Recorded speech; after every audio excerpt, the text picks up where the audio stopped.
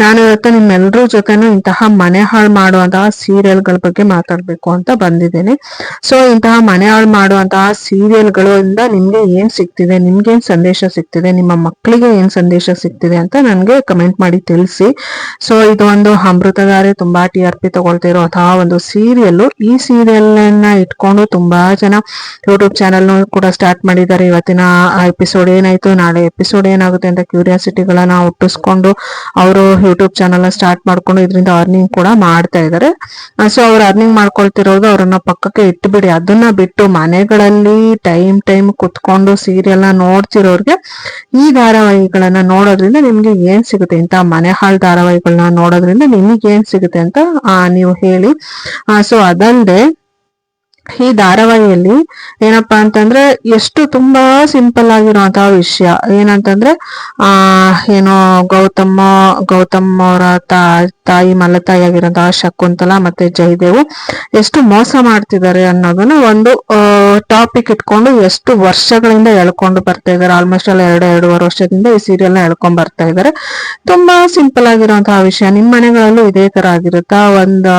ಒಬ್ರು ಕ್ರಿಮಿನಲ್ ಅವರು ತುಂಬಾ ಕೆಟ್ಟ ಕೆಲಸ ಮಾಡ್ತಿದ್ದಾರೆ ಅಂತ ಗೊತ್ತಾದ್ರೆ ಅದನ್ನ ಅವರಿಗೆ ಹೇಳಿ ಅದನ್ನ ಸರಿ ಮಾಡ್ಸಕ್ಕೆ ತುಂಬಾ ದಿನ ಹಿಡಿಯುತ್ತಾ?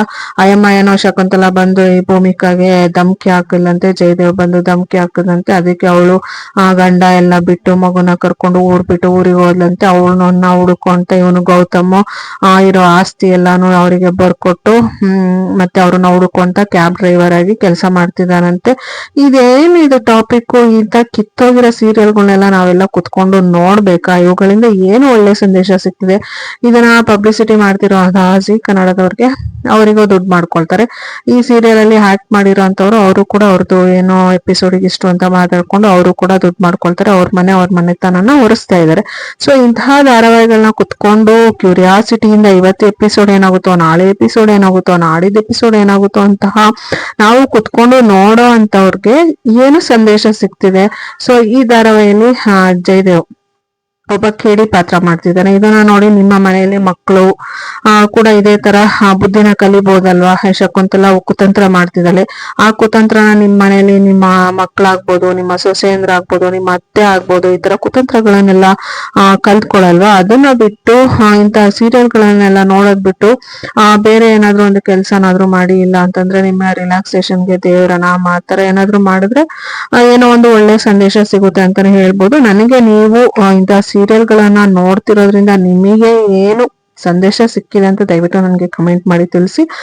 ಹಾಗೇನೆ ಇಂತಹ ಸೀರಿಯಲ್ಗಳಿಂದ ನಿಮಗೇನು ಬೆನಿಫಿಟ್ ಆಗ್ತಿದೆ ಅಂತ ಕೂಡ ತಿಳಿಸಿ ಅಂತ ನಾನು ನಿಮ್ಮ ಹತ್ರ ಕೇಳ್ಕೊಳ್ತಾ ಇದ್ದೀನಿ.